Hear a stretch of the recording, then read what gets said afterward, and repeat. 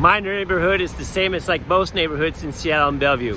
What's been going on is that there used to be a single house right here, and they tore that house down and they built a whole bunch of these tiny little skinny townhomes. That means there's more people living in that area, which puts more wastewater, more sewage into the storm pipes.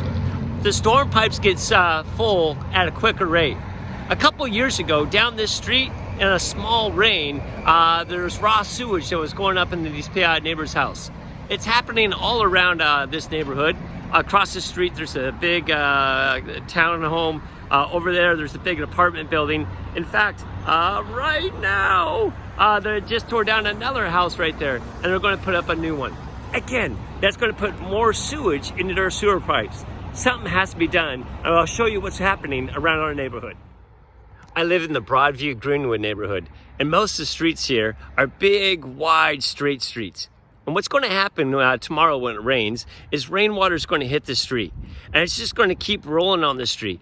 It's going to keep rolling until it's going right down here. Then it's going to go into this ditch, and tomorrow when it rains, this ditch is going to be like a small river. Rainwater is just going to be rushing down here, and then at the bottom of this hill, it's going to go into the sewer pipes. See, if there's going to be more people putting sewer in the sewer pipes, you got to keep the rainwater out of the sewage. Otherwise, the pipes are going to get full. So let me show you. One thing they've done is they've changed the ditches that go downhill, and they've made them like these ditches. What it is that the pipes come in right here, and then there's water just settles in this area. Then there's a lot of plants here that absorb the water. Over here, there's like a little dam. And then when the water level gets to a certain level, then it goes into that area. And then there's another area, and then another area. So you come here on a rainy day like tomorrow, there will be water in this first holding pond, and then it'll start to trickle into that second holding pond. And there will probably be no water in that third holding pond. It's allowing the rainwater to slowly settle into the ground. Not only that, there's all these plants in there. And those plants are good at breaking down certain chemicals that are found in rainwater that comes off the road. Another thing they've done, I was talking about there's a whole bunch of straight, wide streets. Like this one right here. It's just a straight, wide street. But then what they did to the straight, wide street is they turned it into this. A skinny, curvy street. So now there's less surface area for the rainwater to hit the ground. Instead, it's going to hit into the dirt and go into the ground. The rainwater that hits the road, well, it's paved at a little slope. So then the rainwater will go off to the side. And then all along the side up this road, there's about a 4-foot planting area and a little ditch. So the rainwater will go in there, and again, it will go into the ground. Keeping the rainwater out of the sewer system to prevent a sewer overflow event.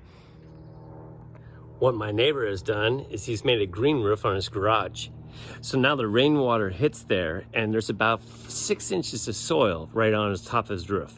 So then the rainwater goes into the soil, and then there's a whole bunch of plants that are on top of that roof that are going to use that water. Again, it's going to keep the rainwater from coming off his roof and entering the sewer system. Those are just a couple of ways that areas in our neighborhood have changed the amount of rainwater that enters the storm drains. I'm down here at the Ballard PCC and West Marine building. Both these are new buildings, and they're completely CSO friendly. Number one, both these buildings have a green roof.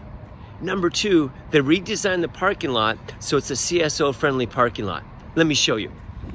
It's a real skinny parking lot, and it's hard to drive a truck in. But what they've done is they laid the concrete down at an angle. And what the rainwater is going to do is going to slide down the street and into this little brick thing. And this brick thing here has a bunch of holes in it. So the rainwater is going to go underneath there, and underneath there's a pipe.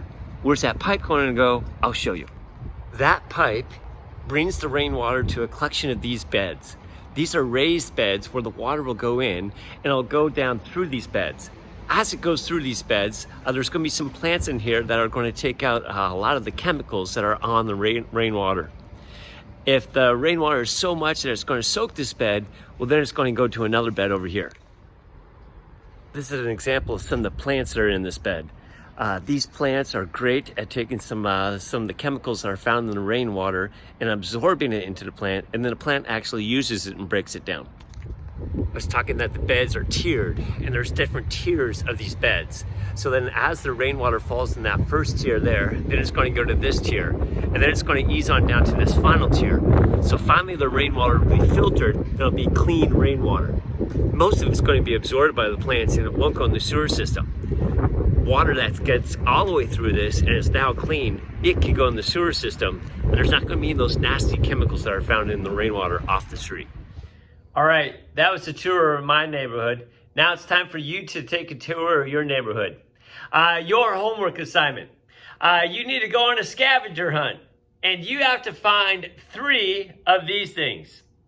When you find one of these things, you got to take a selfie with your face inside the picture showing this.